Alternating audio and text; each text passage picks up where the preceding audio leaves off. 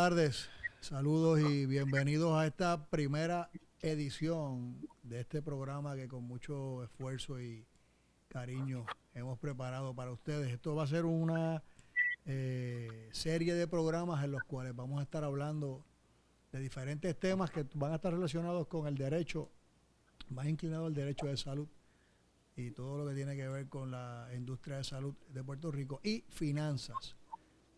Nos va a estar acompañando por un buen rato nuestro gran amigo Francisco Rodríguez Castro.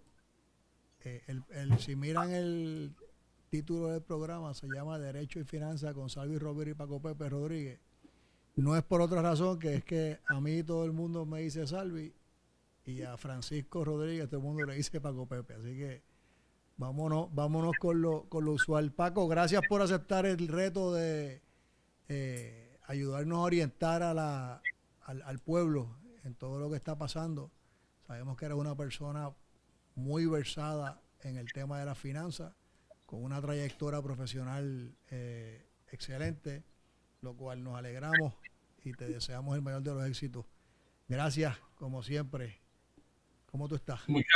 Muchas gracias, muy bien. ¿Y tú? Y muchas gracias por invitarme a unirme a ti a este espacio y espero que podamos educar a la gente y quizás atender unos cuantos mitos que hay por ahí regados que no necesariamente son correctos. Tú sabes que eso es uno de los problemas que nos atañe en Puerto Rico, Paco, los mitos. Vivimos en una sociedad sumamente opinionada y cada vez que hay que atender un tema, pues nos llenamos de opiniones en la cabeza y a veces pues se nos complica la cosa. Vamos a comenzar, yo creo que el programa es interesantísimo, la columna que te publicaron los amigos del diario digital, el Foro de Puerto Rico, y también publicaste en el Vocero sobre lo débil que está la industria de salud, especialmente los hospitales, por todo este tema del COVID. Paco, me preocupa mucho ese tema. Estamos hablando de unas pérdidas cuantiosas en una industria que viene recibiendo cantazos hace mucho tiempo. ¿Aguantará? ¿Qué tú opinas? Mira, yo creo que es importante que el pueblo entienda, ¿verdad? Cómo surgen estas pérdidas, ¿verdad? Y por qué siguen pasando, ¿no? Primero, es importante señalar que los hospitales se les pidió en febrero que se prepararan, ¿verdad? Y hicieran esencialmente dos hospitales en uno, un hospital COVID y un hospital no COVID, ¿verdad? Para que la población general pudiera entrar con tranquilidad sin problema de contagio y los sospechosos pues entraran en un sitio aislado. Luego de hacer inversiones millonarias a todos los hospitales para cumplir con ese protocolo, la orden ejecutiva del 15 de marzo pues prohibió visitas médicas, cualquier operación electiva. Es más, se hizo una campaña de medios para que la gente no fuera a los hospitales. Tú recordarás. Se olvidó el gobierno que hoy día casi el 70% de los ingresos de los hospitales de Puerto Rico provienen de lo que se llama outpatient service, ¿verdad? Así que al tú hacer ese llamado, lo que hiciste fue que bajaste los volúmenes de los hospitales de un 90% a por debajo de un 30%. Así que empezó esta tendencia de pérdidas millonarias, las cuales al día de hoy, hasta el 15 de septiembre, totalizan 496 millones, casi 500 millones, desde que empezó la pandemia el 15 de marzo. Hay que señalar también que el gobierno ha hecho dos rounds de ayuda a los hospitales, otorgando asignaciones millonarias a los mismos, tratando, ¿verdad?, de aportar a solucionar el problema. pero la población sigue estando sumamente preocupada, la gente no está yendo a los hospitales.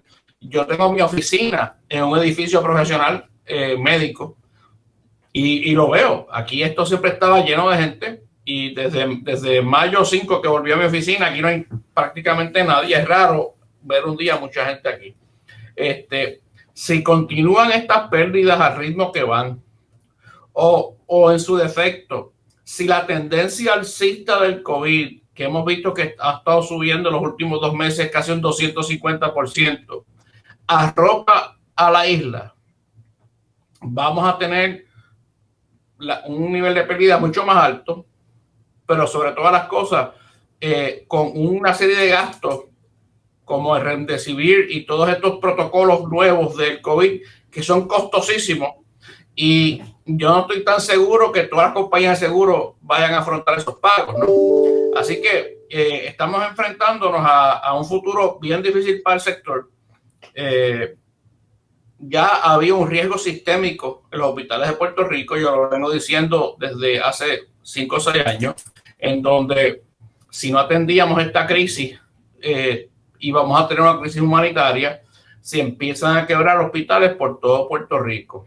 Y esa es la gran preocupación que tengo y tienen muchos en el sector, porque no se ha visto un sentido de urgencia para resolver todos los problemas que tiene el sector, y estamos hablando de la salud del país. Pero quisiera que conversáramos sobre eso. O sea que este fin de semana estaba viendo un reportaje que sacaron de la revista se llama Healthcare Finance. Estaba hablando del impacto que va a tener la telemedicina en la industria de salud. Se proyecta que para finales de este año se mueva en ese sector de la industria cerca de 29 billones de dólares.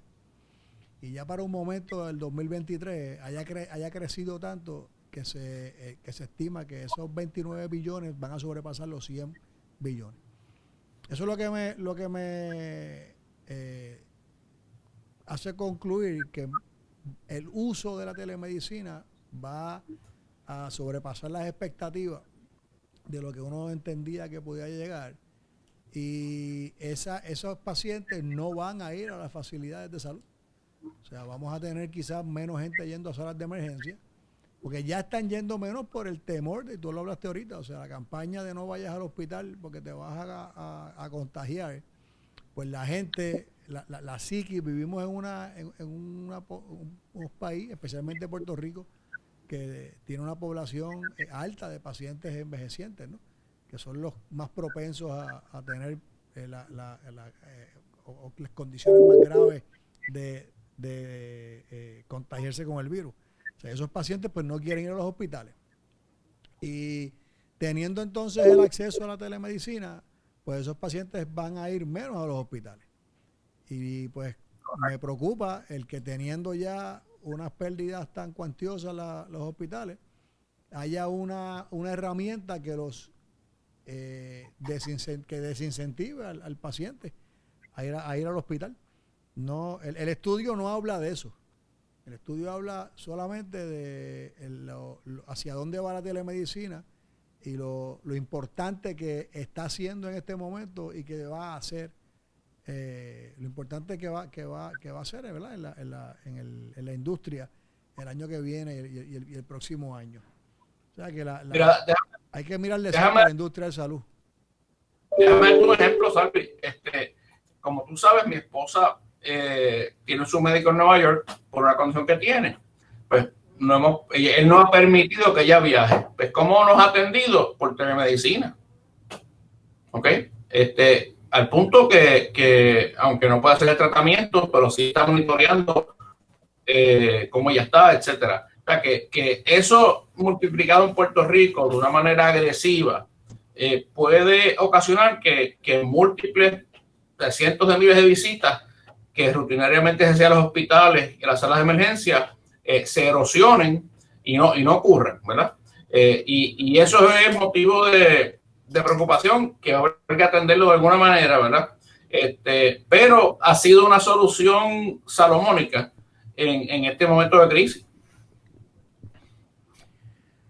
no deja de ser preocupante. En Puerto Rico hay 65 hospitales, 67. Aproximadamente. Andamos por ahí. No he visto movimiento de las compañías de seguro a aumentar tarifas, independientemente de los ahorros que puedan haber tenido en los pasados meses en la utilización, porque definitivamente pues no ha habido un movimiento agresivo de pacientes en las instituciones, o sea, haciéndose estudios ni tan siquiera ambulatorios, porque los detuvieron todos por meses, ¿no? O sea que el tema del gasto en los servicios de salud bien está reflejado en los números que tú estás presentando, pues es un gasto reducido comparado con, o menor, pues, debo decir, comparado con los años anteriores. Pero, ¿y dónde está la compañía de seguro?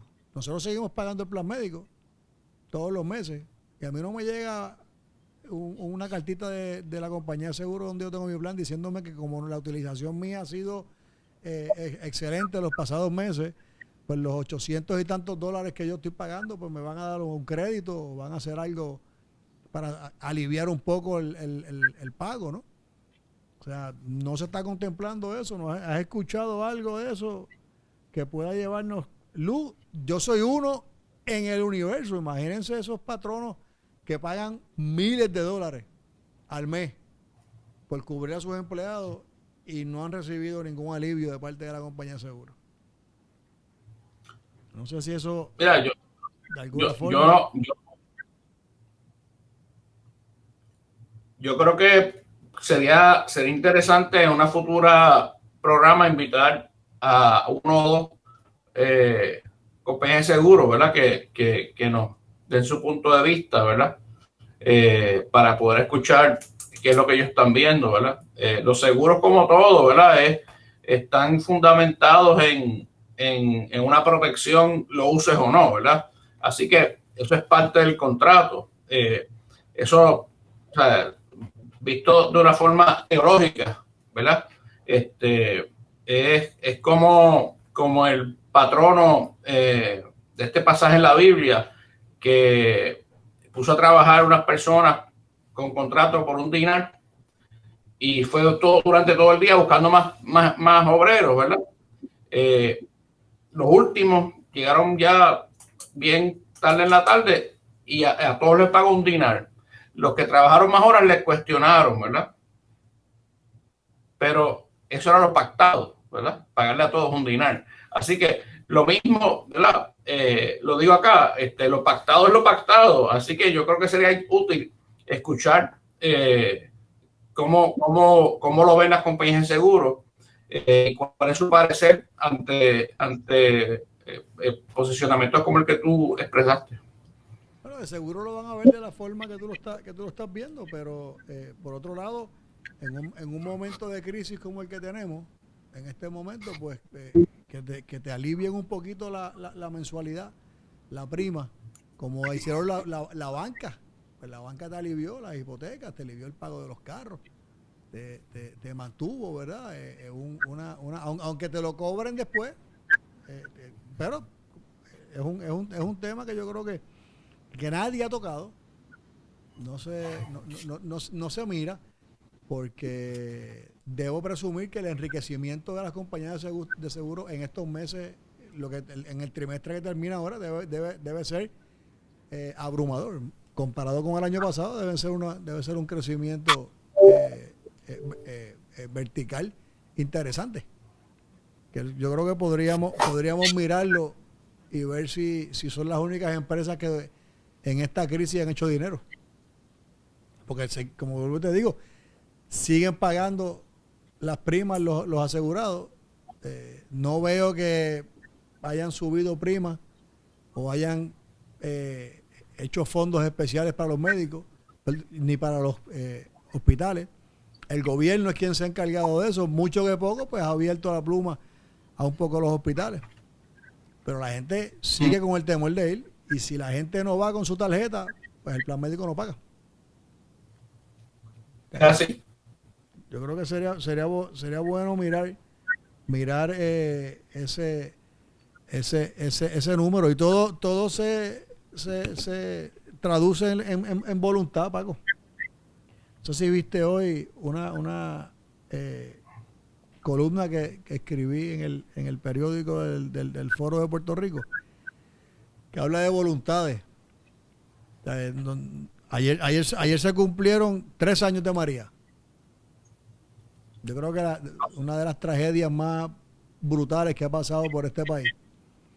Pero si te fijas, nosotros somos un pueblo que tenemos mucha voluntad y nos levantamos y nos ayudamos. Cuando tú miras los videos que pasaron ayer recordando María, tú ves a todo el mundo ayudando, a todo el mundo moviéndose, ayudando al vecino, tratando de darle la mano a esta persona que había tenido un daño mayor que el que pudo haber tenido uno.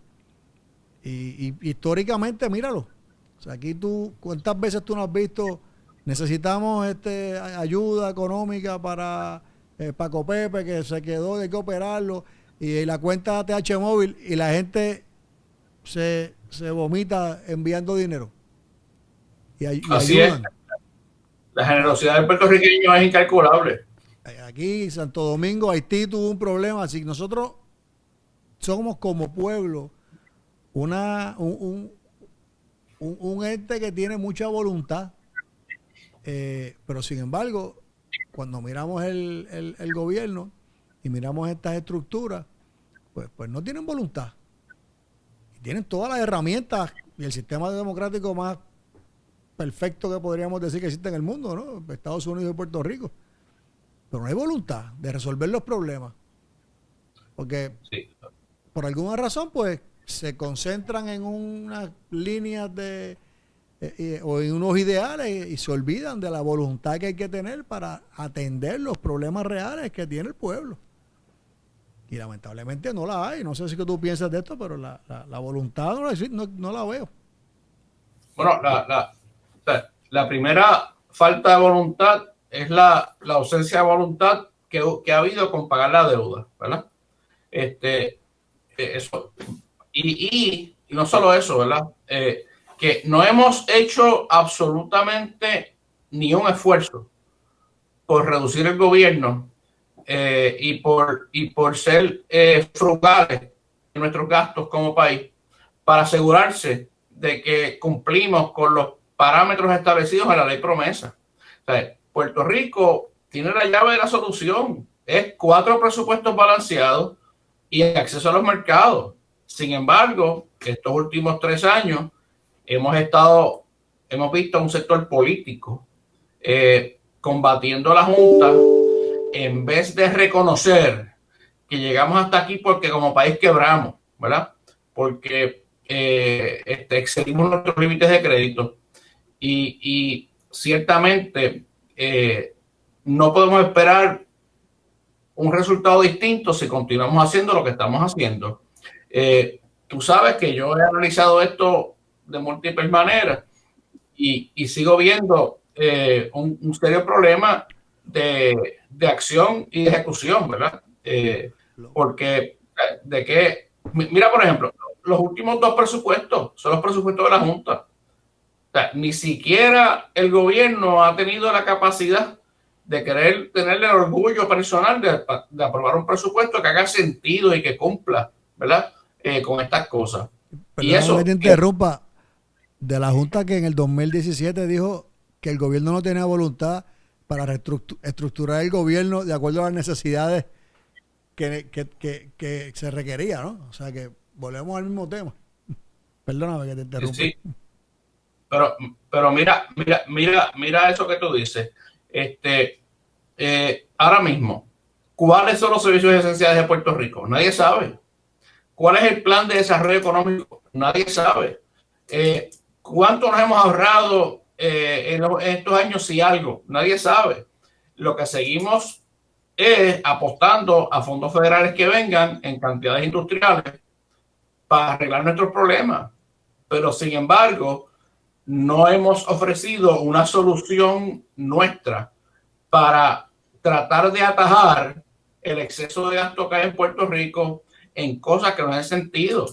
Mira, un ejemplo que no se habla. Uno va por todo Puerto Rico y en cada municipio hay 5 o 6 proyectos que jamás se terminaron. Hubo una fiebre de hoteles, hay no sé cuántos hoteles sin terminar por todo Puerto Rico municipales. Uno de ellos está en Dorado, mi pueblo, que está frente al malecón, que nunca abrió. Y así tiene que haber otro, ¿verdad? Otras obras faraónicas, ¿verdad? De muchos alcaldes. Pues mira, las escuelas.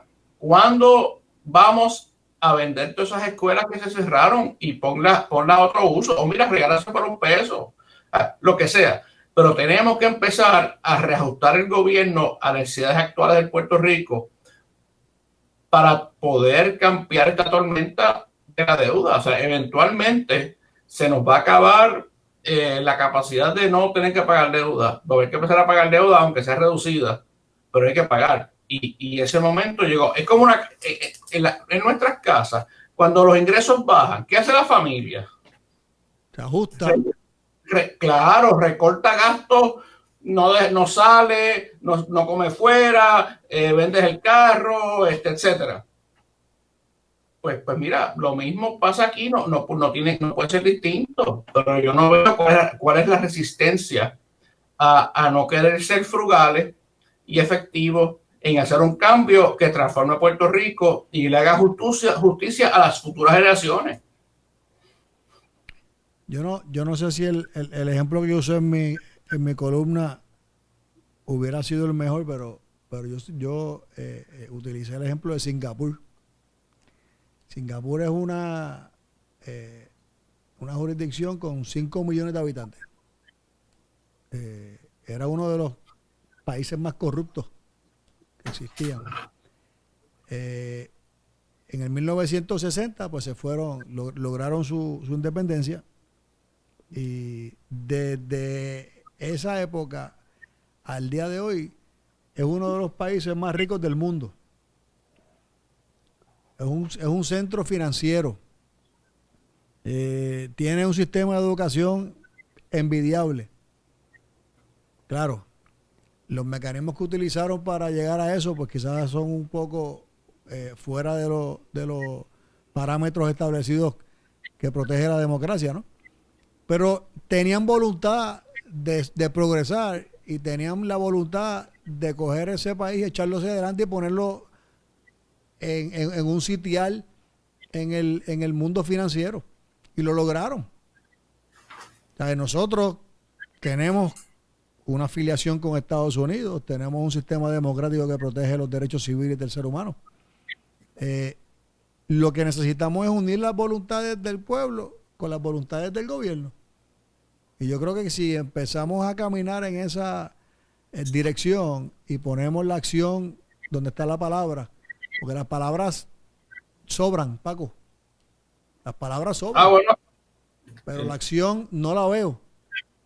No la veo y hace tiempo que estamos por verla. Y no la estamos viendo. Déjame hacerte una historia, Salvi. Tú sabes que yo fui parte del grupo que hizo la ley de incentivos del 2008, ¿verdad? Entonces, cuando terminamos de hacer la ley, hicimos un roadshow por todo Estados Unidos y por algunos mercados de Europa para presentar la ley. Uno de esos lugares fue Nueva York, y en el lugar donde hicimos esta presentación nos dijeron que había unos invitados de Singapur que querían ver nuestra charla, ¿verdad? Y estamos el grupo que hizo la ley, presentando la ley más moderna que había en ese momento de Puerto Rico. Cuando se acaba la conferencia, se nos acercan las personas de Singapur al grupo y nos hacen una invitación a ir a verlos al otro día al equivalente de la Embajada de Singapur de las Naciones Unidas, que ellos llaman la misión. Y al otro día fuimos a desayunar allá a la misión. Pues mira, era el pasado primer ministro de Singapur, que es el padre de la nación, que estaba vivo en aquella época, Lee Kuan Yew, y nos invitó a desayunar y fue un diálogo extraordinario. Y me acuerdo que uno de los que estaba conmigo le preguntó cómo cómo había sido el crecimiento de Singapur, y resulta que el segundo primer ministro de Singapur, ¿verdad? Después de él, ya este señor estaba retirado, estaba bien mayor. ¿Tú sabes dónde estudió? Becado. No. En Puerto Rico. ¿Ok? Y ese señor que estaba allí con nosotros sacó de su maletín un librito de fomento industrial de la época de Moscoso y nos dijo, mira, este ha sido la plataforma de Singapur, el plan de Moscoso, porque yo estudié en Puerto Rico. Te podrás imaginar nuestra sorpresa de todo ese grupo de líderes que estábamos allí cuando ese señor nos hizo ese relato y haber visto cómo este país se ha desarrollado usando el modelo nuestro, ¿verdad? Y hago esta historia porque va muy a tono con lo que tú mencionas de voluntad, ¿verdad?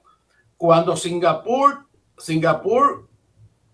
los malayos, la idea original era que Singapur y Malasia fuesen una sola nación. Los malayos se negaron por razones de discrimen, ¿verdad? Los malayos se verían superiores a la gente de Singapur, que eran mayormente inmigrantes chinos. Y decidieron overnight, no, sean independientes. Pues, fíjense, de ese comienzo accidentado, miren cómo Singapur se ha convertido en uno de los países más ricos del mundo y número 1 en competitividad en todos los rankings internacionales. ¿Sabes cuál es el ingreso per cápita de Singapur? ¿Cuánto? Pasó a ser de $600 en el 1960 a 56,000. Es más alto que Estados Unidos. Claro. Es más alto que en Estados Unidos. O sea, y se espera que siga subiendo. Y el nuestro sigue estando en 19,000 pesos. Mira, tú sabes que hay un refrán que dice que cuando el río suena es porque agua trae. Y hablando contigo, que sigo aquí pues mirando las noticias que siguen saliendo. Acaba de salir un post en el Nuevo Día. La sangre pesa más que el mérito. Rampante el problema de nepotismo en el gobierno.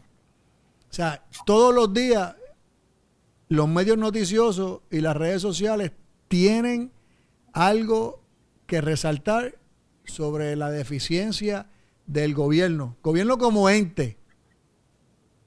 Pero no vemos reacción. No vemos reacción hasta que se tira el pueblo a la calle a sacar a un gobernante que en ese momento era un chat. ¿Qué maldad había dentro de ese chat? ¿Qué impacto tenía el chat en la educación de este país? En la salud, en las finanzas. No me juicio ninguno. O sea, el impacto del chat como chat en el core financiero del país era ninguno. Lo que demostraba era que detrás de un líder había un esquema, ¿no? Quisieron ponerlo como si fuera una mafia, ¿no? Pero hay muchas cosas pasando que sí inciden en el tema de la economía. Tú fuiste presidente del Banco de Desarrollo. Mira el problema que tenemos ahora con el Banco de Desarrollo. Mira la situación que está enfrentando a estas personas que depositaron su confianza en el Banco de Desarrollo. Se lo venden a unos inversionistas y ahora pues la situación se les complica porque los inversionistas quieren cobrar su dinero. Una acción legítima. Pero tiene que llegar a todo esto donde ha llegado, Paco. ¿Dónde hay un detente? Mira,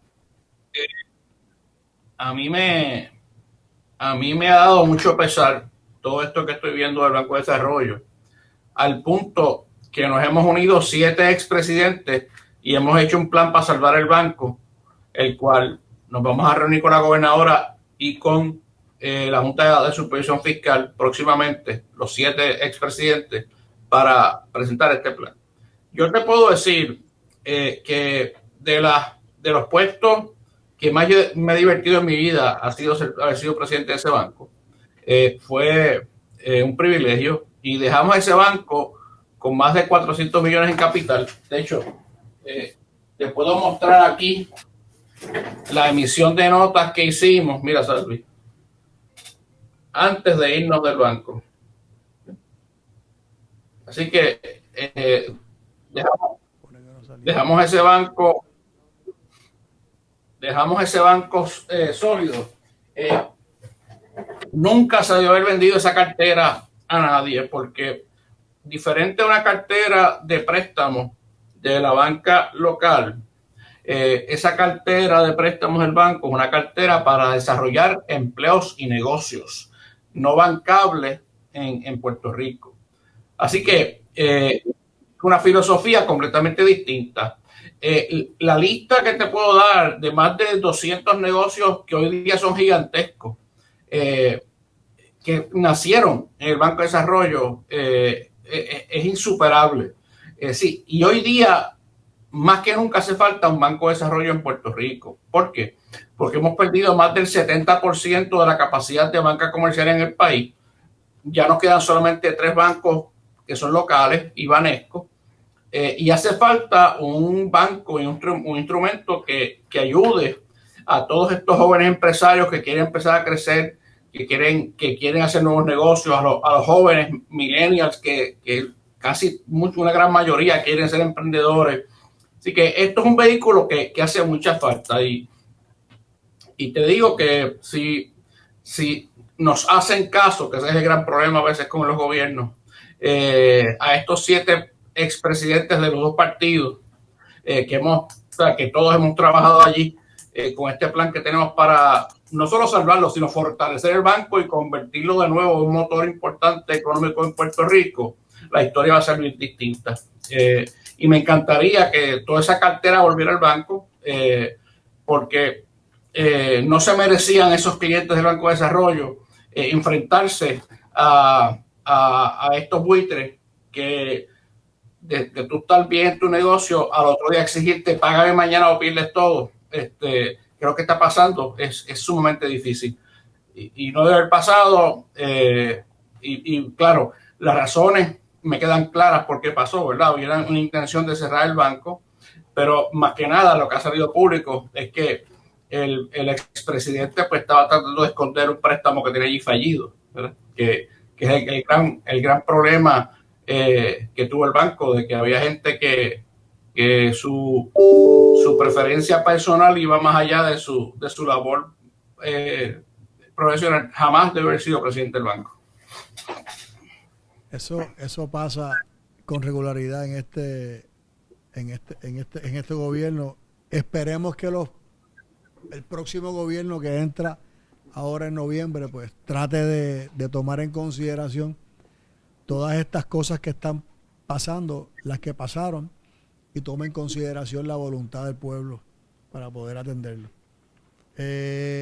Vamos a ir cerrando, Paco. Ya la semana que viene vamos a tener invitados en el programa. Estén pendientes que esta semana vamos a ir anunciando los invitados para que ¿verdad? Darle foro a los socios de la Cámara de Comercio del sur de Puerto Rico y la Cámara de Comercio de Puerto Rico, que son colaboradores del programa.